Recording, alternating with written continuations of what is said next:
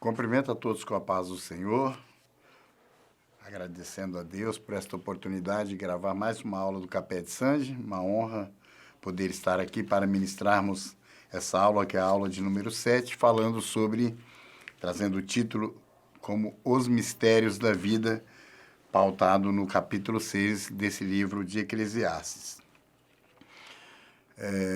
Como sempre digo, uma honra poder estar aqui contribuindo com os professores da Escola Bíblica Dominical, que esse seja mais um auxílio, um subsídio, um caminho que possa contribuir junto aos estudos, aos levantamentos que o professor estiver fazendo na preparação da sua aula. Essa aula de número 7, Os Mistérios da Vida, pautada em Eclesiastes capítulo 6, o autor da nossa lição fez questão de mencionar aqui os versículos 2, o versículo 3 e o 7 ao 12, os quais eu quero fazer menção, falando que Deus dá a alguns tudo o que desejam, riqueza, propriedades e fama. Porém, não deixa que eles aproveitem nada disso. E é algo estranho quem aproveita e não ele. Isso também é ilusão e não está certo. O versículo 3 diz: que adianta um homem viver muitos anos e ter 100 filhos, se não aproveitar as coisas boas da vida e não tiver um sepultamento decente? Eu digo que uma criança que nasce morta tem mais sorte do que ele. Versículo 7. Todos trabalham duro para ter o que comer, mas nunca ficam satisfeitos. Versículo 8. Que vantagem tem o sábio sobre o tolo? Que vantagem tem o pobre em saber enfrentar a vida? O 9. Isso também é ilusão, é correr atrás do vento. É muito melhor ficar satisfeito com o que se tem do que estar sempre querendo mais. Versículo 10. Tudo que se passa neste mundo já foi resolvido há muito tempo, antes de uma pessoa nascer. Já está decidido o que vai acontecer com ela. E nós sabemos que não podemos discutir com quem é mais forte do que a gente. Versículo 11. Uma coisa é certa. Quanto mais falamos, mais tolice dizemos, e não ganhamos nada com isso. E por último, versículo 12. De fato, como é que podemos saber o que é melhor para nós nesta vida de ilusões? Vida que passa como uma sombra? Como podemos saber o que vai acontecer na terra depois da nossa morte?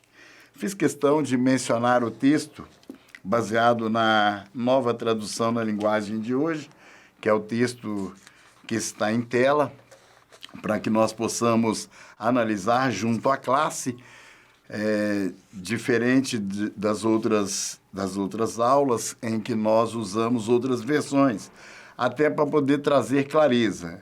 O livro de Eclesiastes contribui muito a analisar versões diferentes para que a gente possa ter contato com o texto para trazer mais lucidez e clareza àquilo que está sendo discutido.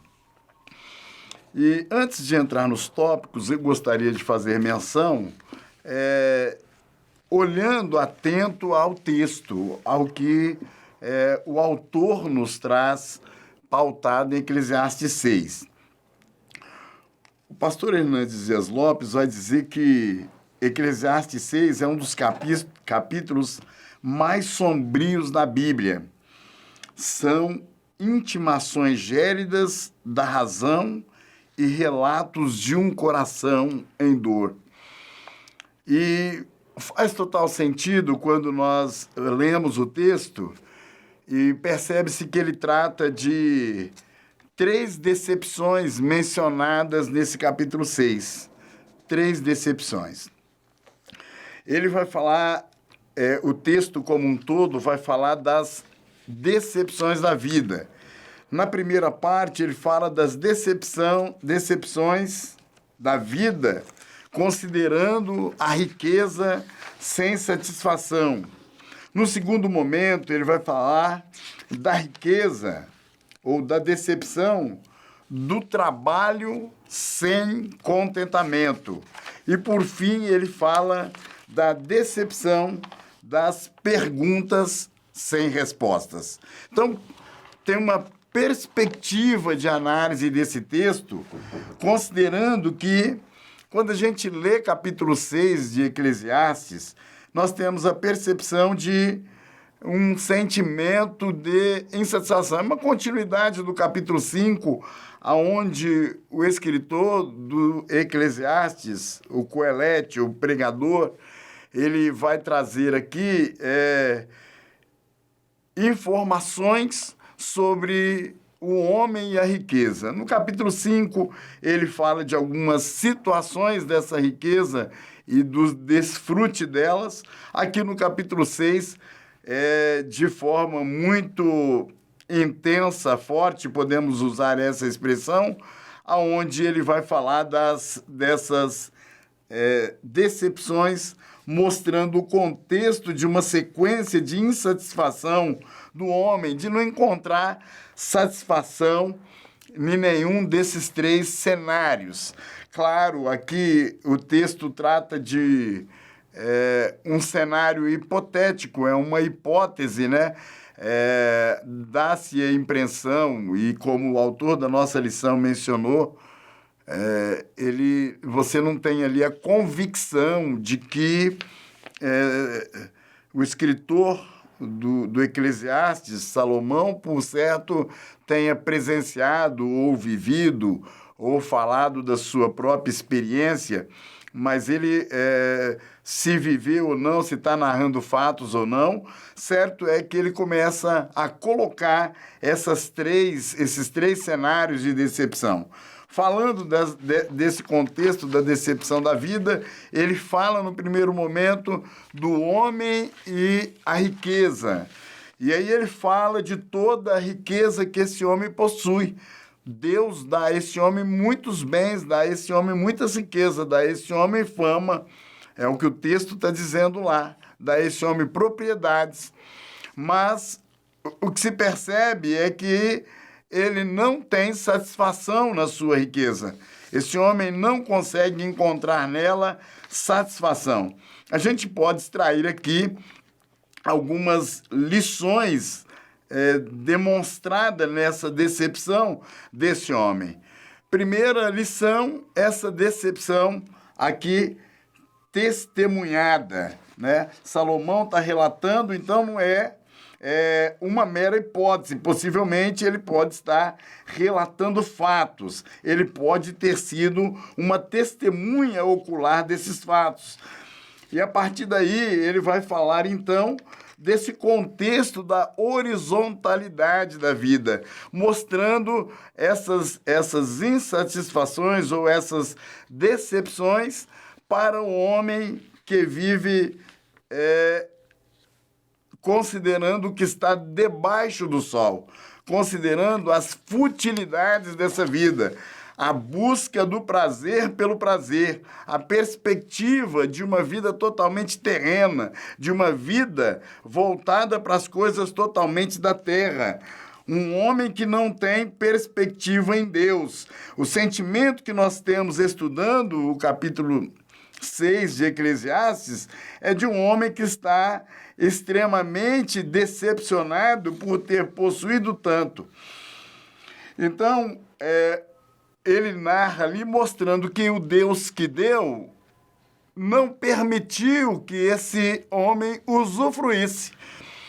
A ótica que nós precisamos colocar, então, nessa primeira parte, considerando versículos 1, versículo 2, é que esse Deus que concede bem e riqueza, né, concede a prosperidade, concede o homem ter propriedades, ter fama, ele também é o mesmo Deus que concede ao homem condições de usufruí-la, de desfrutar.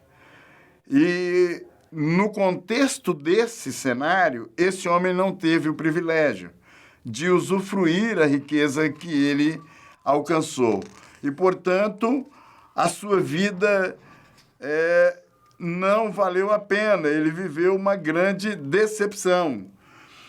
No contexto dessa decepção da riqueza, da honra, do prazer e sem o direito de desfrutar, nós temos, então, esse entendimento que o homem precisa compreender que ele precisa tudo que é concedido a ele é dado por Deus, é Deus quem lhe concede, é Deus quem lhe dá tanto as coisas quanto a condição de usufruir. E se ele não contar com Deus para essa vida, portanto, ele vai viver uma verdadeira decepção, ele vai viver um verdadeiro arrependimento. Ter as coisas ou possuir as coisas não significa que você vai ter o direito de usufruir. Nós estamos vivendo um tempo em que os homens vivem de forma extremamente gananciosa, focada na riqueza, focada na busca das coisas dessa vida, numa busca desenfreada em possuir, em receber, em ter as coisas, em alcançar as coisas, sem saber se vai usufruir. Pastor Adairton, ele mencionando na lição, fala de alguns casos de decepção. O homem trabalha incansavelmente, desgasta sua vida no trabalho, empreende muito esforço para chegar no fim da vida e talvez se aposentar. E pode ser surpreendido, ele chama aqui, por algum infortúnio, E esses infortúnios, como ele menciona na lição, chegam na nossa vida sem pedir licença. Você está contando com coisas que vai fazer, talvez a pessoa trabalhando comprou uma casa de campo, comprou uma casa na praia, preparou um carro, preparou um barco, preparou tanta coisa para ter na vida e eu vou usufruir, quando eu aposentar, eu vou fazer isso. E, de repente, chegando lá no tempo da aposentadoria, uma enfermidade grave acomete a sua vida, um infortúnio qualquer acomete a sua vida, uma crise familiar, conforme o pastor Adairton menciona, ou qualquer outra situação pode lhe acontecer, e tudo isso que ele construiu, que ele pensou, ele planejou, ele passou a vida fazendo no intuito de usufruir, lá no fim da vida se torna em uma verdadeira decepção, conforme colocado aqui, e ele pode passar aí uma grande decepção. O pastor Hernandes Dias Lopes fala, inclusive, da decepção que esse homem tem em relação à própria longevidade e a grandeza da sua prole, mostrando que isso também pode não resultar em plena satisfação.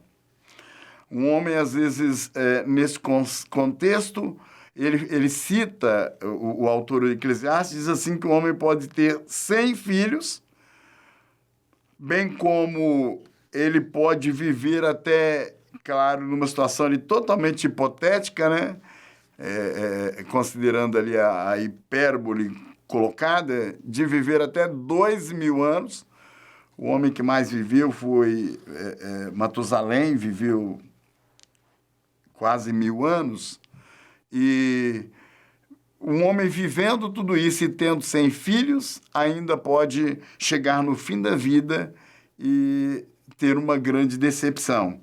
Ele cita, inclusive, a situação de um homem chegar no fim da vida e não poder, talvez, ter uma sepultura digna. O pastor Adairton cita esse texto, considerando que o homem pode chegar no fim da vida e talvez ser colocado pelos seus filhos em um asilo. São situações totalmente drásticas, porque ele não sabe o que vai acontecer no futuro.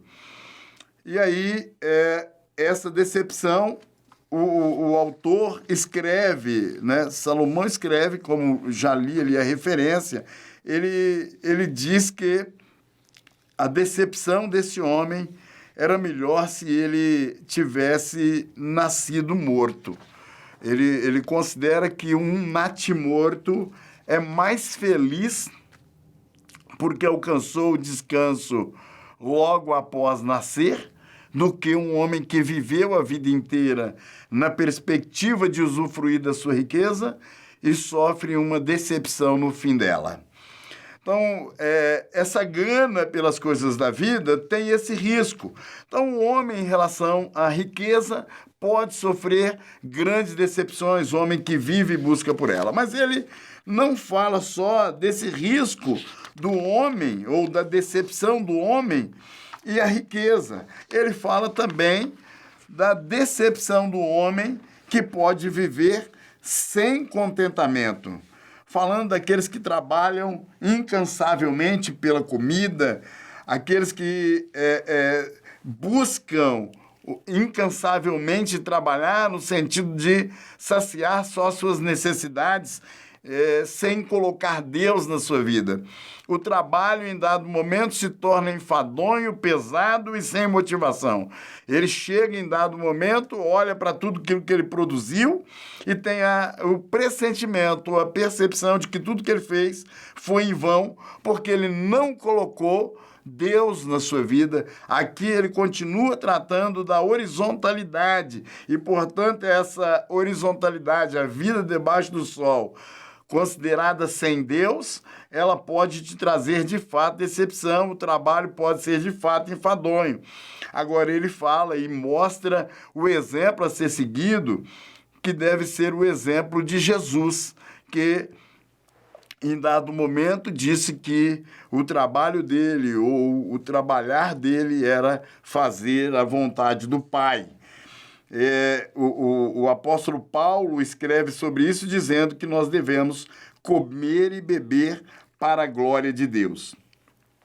Algumas perspectivas falando do trabalho sem contentamento, a gente pode extrair daqui também algumas lições. A primeira é o apetite insaciável. Todo o trabalho do homem é para sua boca e, contudo, nunca satisfaz o seu apetite.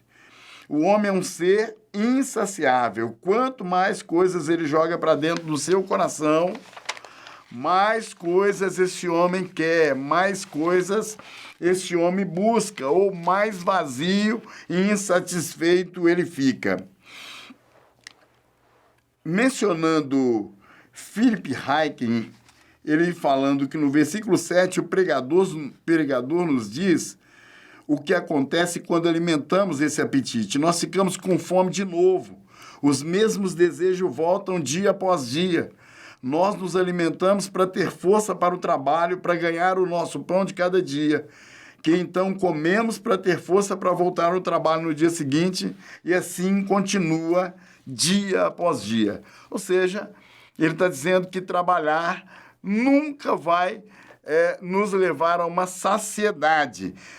O homem, quando trabalha só pela comida, essa vida dele vai viver, como mencionado lá nas primeiras lições, como se fosse um loop infinito. Ele trabalhando, mas nunca se satisfaz. Parece que há um buraco dentro dele que nunca o enche. Então, por mais que...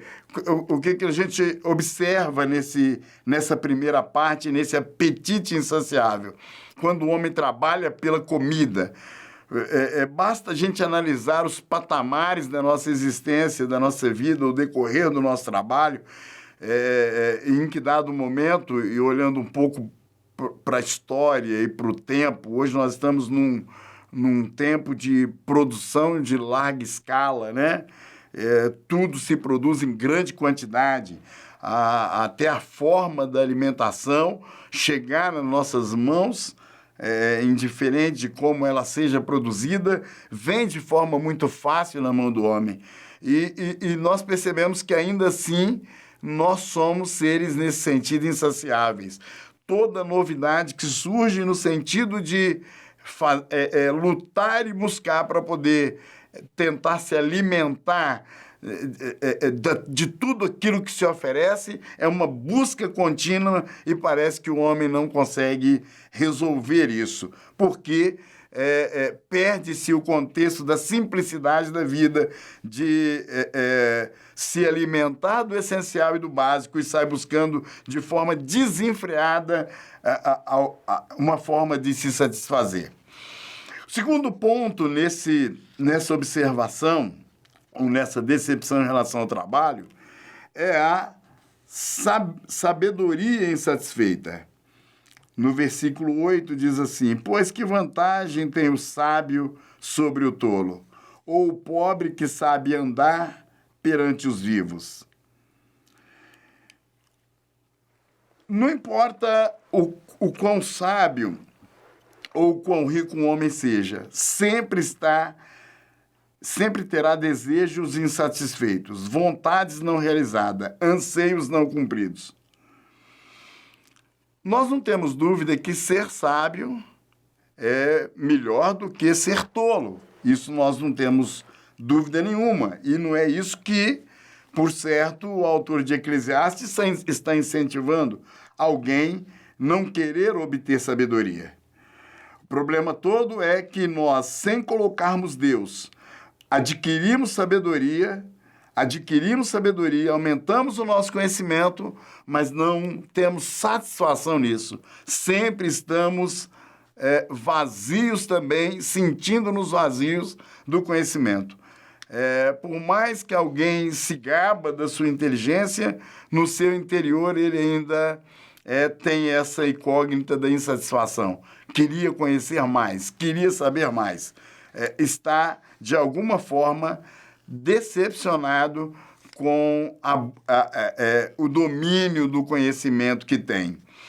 Em terceiro lugar, o desejo, conforme expressão, tanto do pastor Hernandes Dias Lopes, quanto de um outro autor que li hoje, que fala que o nosso desejo é um desejo vagabundo, conforme está no versículo 9. Melhor é a vista dos olhos do que o andar ocioso da cobiça.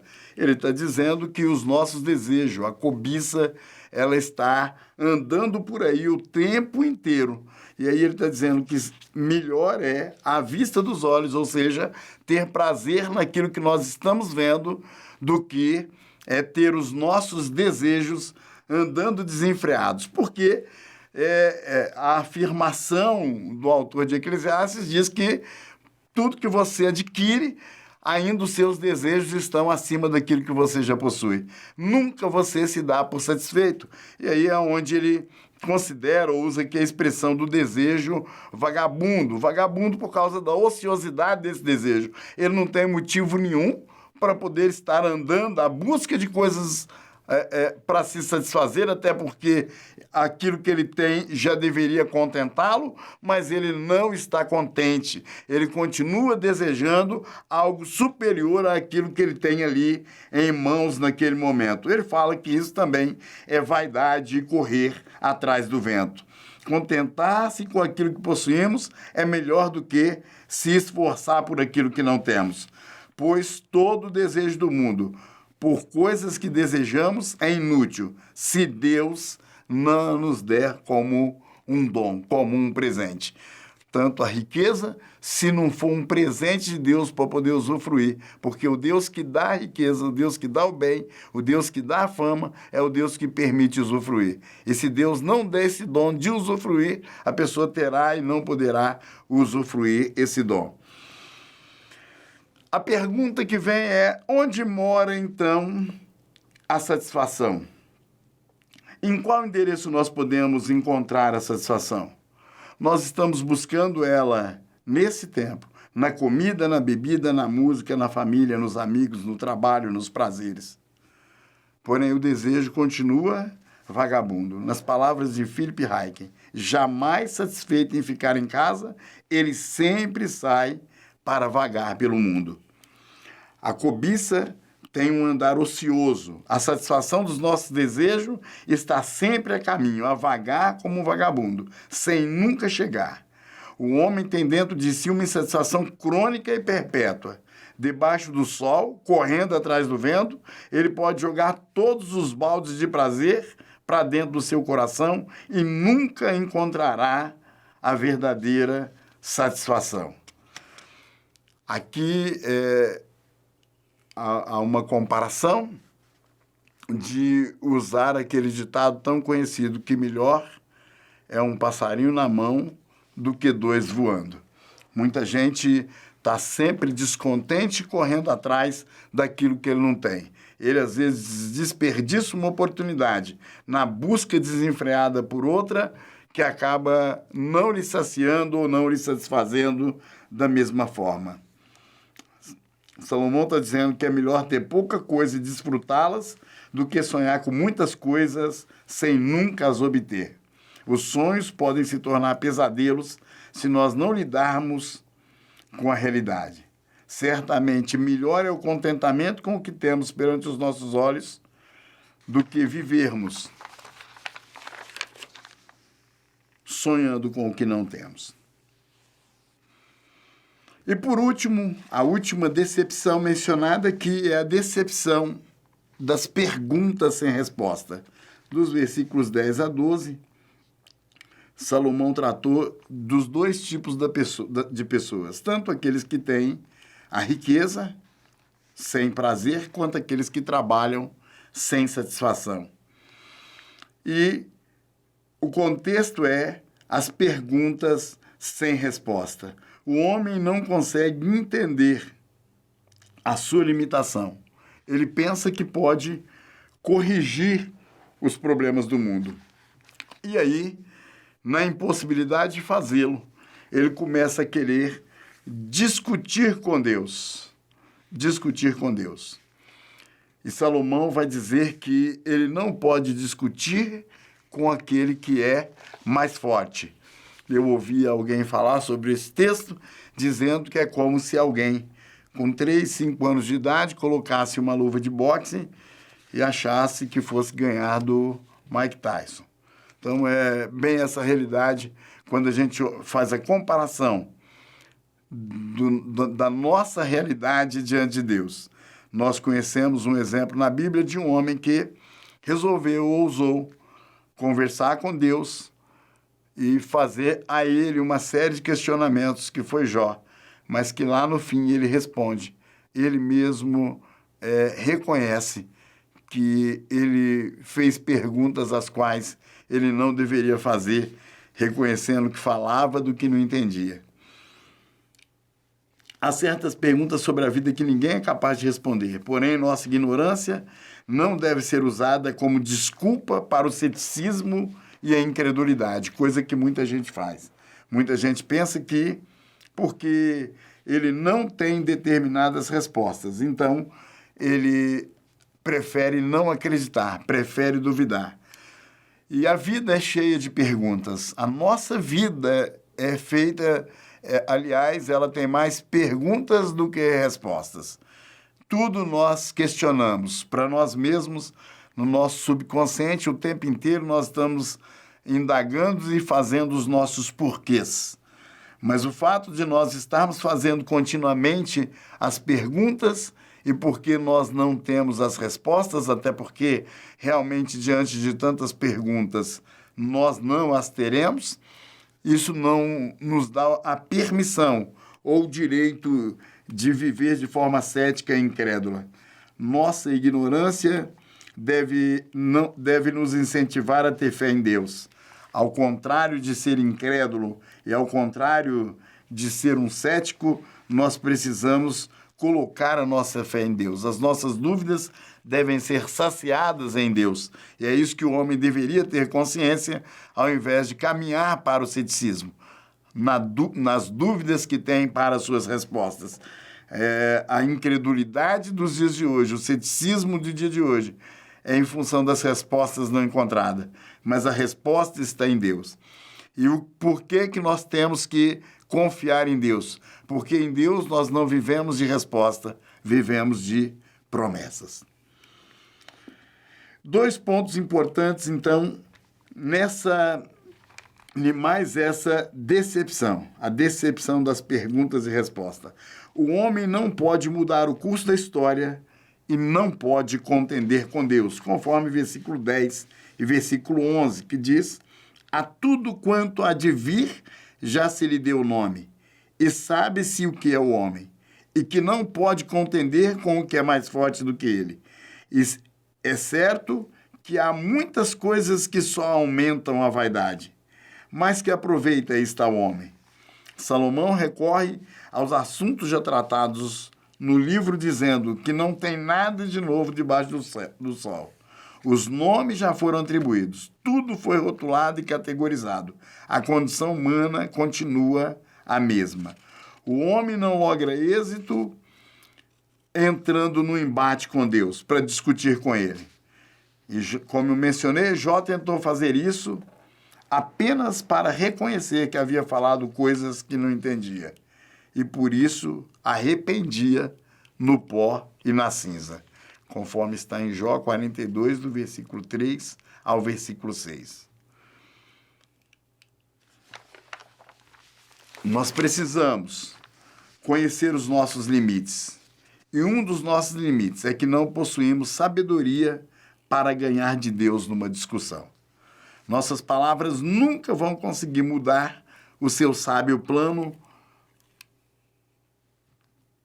para governar o universo. Não importa quão sábias sejam as suas palavras, que multiplicamos sobre o homem ou contra o seu Criador.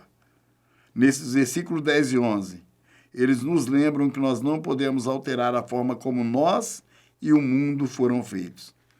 Aí ele coloca aqui um arremate do apóstolo Paulo. Quem és tu, homem, para discutires com Deus? Porventura pode o objeto perguntar a quem o fez? Por que fizeste assim? Esse é o primeiro ponto a ser observado nessas perguntas e respostas, ou nessas dúvidas sem respostas. O segundo ponto a ser observado nessa decepção das perguntas sem resposta é que o homem não tem resposta para dilemas da vida e da morte. Pois quem sabe o que é bom para o homem durante os poucos dias da sua vida de vaidade, os quais gastas como sombra? Quem pode declarar ao homem o que será depois dele debaixo do sol? Essas perguntas retóricas, se nós tivéssemos que dizer ou afirmar alguma coisa, nós diríamos, tem resposta? Então, para essa pergunta, quem sabe que é o homem que durante os poucos dias da sua vida de vaidade, os quais gasta como sombra? A resposta que nós conseguiríamos dar para uma dúvida como essa é: Deus sabe. Quem pode declarar ao homem o que será depois dele debaixo do sol? Deus pode. O mundo não está à deriva. Deus tem um plano eterno, perfeito e gracioso para nós. A vida não é sem propósito. Sabemos que para nós o viver é Cristo e o morrer é lucro. Sabemos que não precisamos pensar que seria melhor estarmos mortos do que enfrentarmos as decepções da vida. Sabemos que Jesus veio para que tenhamos vida em abundância e que Ele satisfaz todos os nossos desejos. Sabemos que o céu é a casa do Pai. Sabemos que o Senhor enxugará dos olhos toda a lágrima. Caminhando aqui para a parte conclusiva, usando um pouco o contexto colocado pelo autor da nossa lição, já considerado esse texto todo de Eclesiastes, a nossa lição trouxe uma abordagem falando dentro desse cenário das decepções da vida, das possibilidades dos infortúnios. E aí o autor da nossa lição trouxe aqui algumas orientações. Dentre elas, para o caso de ocorrer ou lidar com um infortúnio, a gente precisa buscar um meio de resolver essa dificuldade em Deus. Ele cita Jairo, quando perdeu a sua filha, e que talvez ele, como mestre ou chefe da sinagoga, esse homem como chefe da sinagoga, ao perder a filha, se viu diante de um infortúnio. E ao lidar com esse infortúnio, ele precisou tomar algumas atitudes. Ele fala que nesse cenário, a primeira ação a ser tomada é a liberação da dor. Você precisa procurar auxílio. Você precisa buscar a resposta, mas buscar na pessoa certa. Se você for cometido de um infortúnio, se você está decepcionado com alguma coisa na vida, eu penso que se durante a nossa vida nós tivermos a consciência de que Deus precisa caminhar conosco por toda a vida, nós não sofreremos essas decepções no fim da vida, seja pelo bem que adquirirmos, ao qual Deus pode nos conceder, creio que Ele também nos dará o dom, a graça de usufruí-lo. Creio que pelo trabalho, não trabalharemos só pela comida de forma desenfreada e desesperada, para chegar no fim da vida e pensar, só trabalhei para comer, não tenho nada e estou decepcionado. Vivi a vida trabalhando, desgastei a minha vida toda, como já ouvi algumas pessoas dizerem. Não adquiri nada, não possuí nada, não construí nada, só trabalhei por comida. E como se tivesse feito alguma coisa errada. Não teve satisfação no que fez, porque Deus talvez não caminhou com ele durante a jornada da sua vida. E a mesma coisa em relação às perguntas sem resposta. Chegar no fim da vida e se ver decepcionado, com tantas indagações, com tantas dúvidas, porque não colocou Deus, que pode ser a resposta para todos os nossos anseios, para todas as nossas dúvidas e para todos os nossos desejos. Aqui ele coloca aqui, então, numa condição de infortúnio. Ainda sempre uma oportunidade. Espero que não estejamos falando com alguém decepcionado, com alguém que viveu qualquer um desses 3 cenários e chegou no fim da vida totalmente arrasado, totalmente decepcionado pela situação que está vivendo. Espero que nós estejamos falando com alguém que criou e confiou em Deus durante a vida inteira, vivendo da esperança no Senhor. Mas se ainda assim há alguém, ainda há um caminho, há uma forma, um meio. E ele coloca aqui alguns caminhos, como eu coloquei. Ele fala aqui de 4 passos. Primeiro, a liberação da dor, como aquele homem foi, lançando-se aos pés de Jesus, falando da sua necessidade e pedindo a ele uma ajuda para que pudesse resolver o seu problema. A segunda coisa, reconhecer que você precisa de apoio. Muitas das vezes, a atitude nossa é tomar uma ação para resolver o problema sozinho, sem querer contar primeiro com Deus e depois com as outras pessoas. E aqui a orientação é, se algum infortúnio lhe aconteceu, se alguma decepção você esteja passando, esse passo é muito importante. Contar com uma rede de apoio, contar com a ajuda das pessoas, contar com o auxílio das pessoas, contar primeiro e antes de mais nada com o auxílio de Deus, colocar aos pés dele, pedir a Deus para que possa ajudá-lo. Terceira coisa, valorizar o que realmente tem valor. Muita gente está trocando os valores dessa vida. Valor para ele é coisa, é objeto, é negócio. Né? Lia também, falando ainda desse texto, o comentarista, o autor dizia ou mencionava a respeito do furacão que aconteceu em Pompeia, em que as pessoas estavam ali buscando riquezas, caçando ouro, buscando ouro, pérolas naquele lugar, e que quando ele estourou, explodiu aquele vulcão fez com que muitas pessoas ficassem impregnadas naquele material que correu por ali. E ele conta a respeito de uma mulher em que os seus pés estavam em direção à saída da cidade, mas a sua mão e o seu rosto estava virado para trás, como que se tentando pegar alguma coisa. Por certo, talvez viu ali alguma riqueza, viu algum bem, alguma pérola, ou alguém perdeu aquilo e ela tentou pegar. E foi surpreendida por aquele vulcão, pelos elementos daquele vulcão, que a fez ficar pregada, desenhada naquele chão, da forma em que estava a sua ganância. A pessoa precisa valorizar pessoas, precisa entender que importantes são as pessoas. Aqui o autor da nossa lição comenta de Jairo, reconhecendo que agora ele via que o que tinha de importante na vida era sua filha e que ela precisava ser curada. E por último, em 4º passo, ele menciona que nós precisamos, alguém que está vivendo de forma decepcionada com algum cenário da tua vida, precisa confiar em Jesus. Precisa depositar nele a sua esperança. Precisa saber que Jesus é a resposta para todos os nossos anseios. No segundo tópico, ele vai falar sobre a ingratidão. E aí ele coloca aqui até mesmo a definição do que é gratidão, do que é ingratidão. E ele coloca alguns pontos, situando, mostrando como o ser humano deve compreender que ele precisa ser mais grato. Dentro do cenário que nós vimos lá, uma das decepções da vida, decepção principalmente com o trabalhador, aquele que lutou a vida inteira e que depois se vê decepcionado, talvez porque ele foi extremamente ingrato durante a sua vida inteira. Não tinha prazer no que fazia e não fazia por prazer.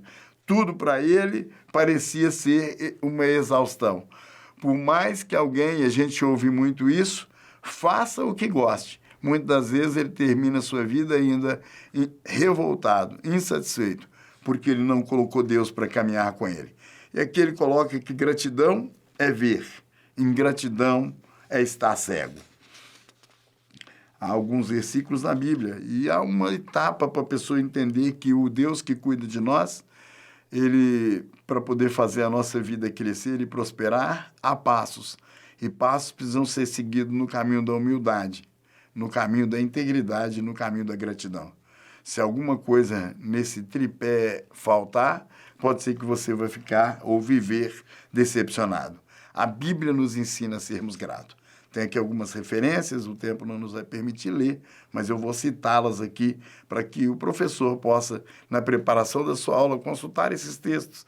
1 Tessalonicenses 5,18, Salmo 103, versículo 2, Efésios 1,16, Colossenses 3,15, Salmo 105,1, todos esses versículos nos ensinam o quanto que nós devemos ser agradecidos, o quanto nós devemos ser gratos a Deus. E aí ele diz que então gratidão é ver, ingratidão é estar cego. Ele cita nesse tópico os 10 leprosos, ensinando sobre a lição da gratidão. Aqueles homens estavam na entrada da cidade, abandonados, cegos, mendigando, e quando Jesus passou por ali, ele curou aqueles 10 leprosos. Só um voltou para agradecer. A condição que o autor coloca aqui é que muitas pessoas estão com os olhos abertos, físicos, mas a sua ganância o cega, a sua ingratidão o cega. Não faz ele perceber o bem que está recebendo nessa vida, o bom tratamento, a graça e a misericórdia de Deus sobre a sua vida. Ele não consegue ter essa percepção. A gratidão lembra, a ingratidão esquece. Aqui, mais uma vez, ele cita daquele que entrou na cidade, mas voltou para agradecer. Reconheceu o que ele havia recebido. Ele deveria ser mais grato. Por último, ele diz que a gratidão é falar. E a ingratidão é calar. O ingrato, quando fala para pôr defeito. Fala reclamando. Fala murmurando. Fala desfazendo. Aquele que é grato, ele fala reconhecendo. Ele fala divulgando. Ele fala mostrando a importância daquilo que ele recebeu. E, por último, de forma conclusiva, ele fala dos sonhos não realizados, colocando aqui 2 tópicos na etapa final dessa lição, falando por que os sonhos não são realizados. Não são porque eles não estavam num propósito de Deus. Não adianta as nossas indagações, as nossas perguntas.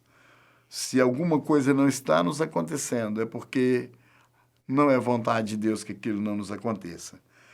Ele nos encaminha para entender que nós devemos estar satisfeitos com o que temos e com a condição que Deus nos colocou.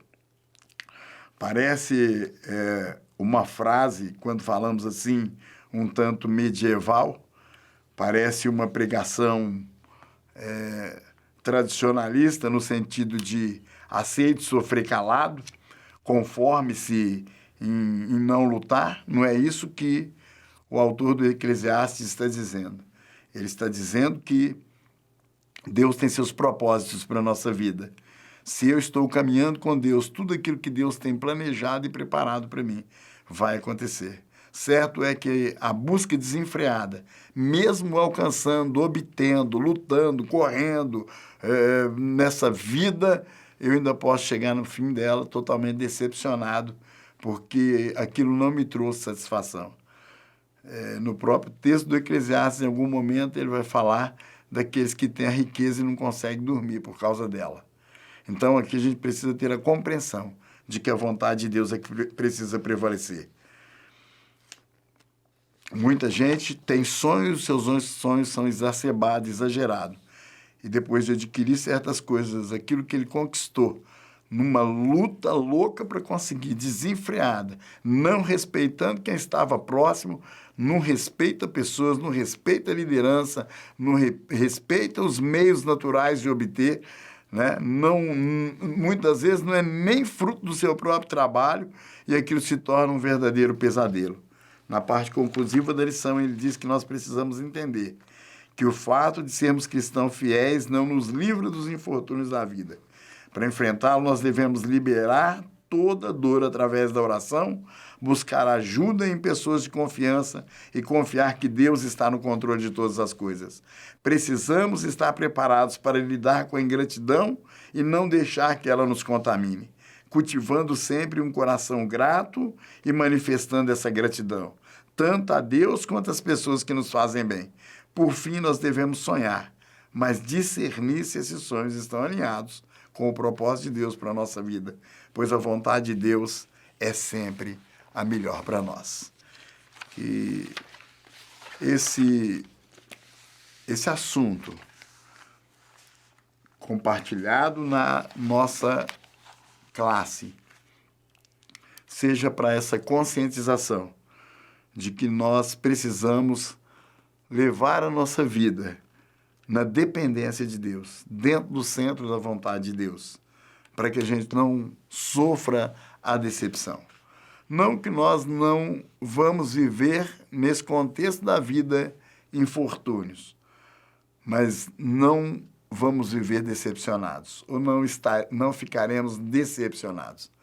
A decepção pelo infortúnio é que é o problema. Agora, o infortúnio, quando estamos dirigidos e guiados por Deus, nós alcançaremos nele a cura, nós alcançaremos nele a paz, nós alcançaremos nele esperança, nós alcançaremos nele o livramento da dor que o infortúnio nos traz. Mas isso nós alcançamos quando estamos com a nossa vida guiada e dirigida no centro da vontade de Deus. Qualquer coisa fora de Deus, por mais bem que isso pareça, será sempre uma decepção. Amém, meus amados? Que isso possa contribuir. Vou fazer uma oração agradecendo a Deus, pedindo ao Senhor que possa iluminar a mente de cada um dos professores, para que possam ter uma boa aula, uma ministração sobre a vida de cada aluno, para ser bênção para a vida de cada um deles. Senhor, nosso Deus e nosso Pai, nós te louvamos e te agradecemos por esta oportunidade. Te louvamos, ó Deus, e pedimos ao Senhor direção, orientação, graça, para que os professores, ao ministrar, ministrem sob orientação, a autoridade do seu Santo Espírito, sobre um tema tão complexo, mas que ele possa, Senhor, ser elucidador, no sentido de fazer-nos entender que riqueza sem o Senhor não tem validade alguma, que as pessoas são, de fato, mais importantes do que as coisas, que nós possamos reconhecer, Senhor, que o trabalhar nessa vida precisa ser de forma satisfatória e isso só acontece se for no Senhor. Só tem prazer se for em Ti. E que também, Senhor, mesmo diante das indagações que a nossa mente, a nossa vida nos leva, nós precisamos compreender que todas as respostas estão em Ti, para o dia certo, o momento certo. Queremos Te louvar e Te agradecer, então, por esta oportunidade, pedindo para que seja bênção para a vida de cada aluno, de cada professor, em nome de Jesus. Amém.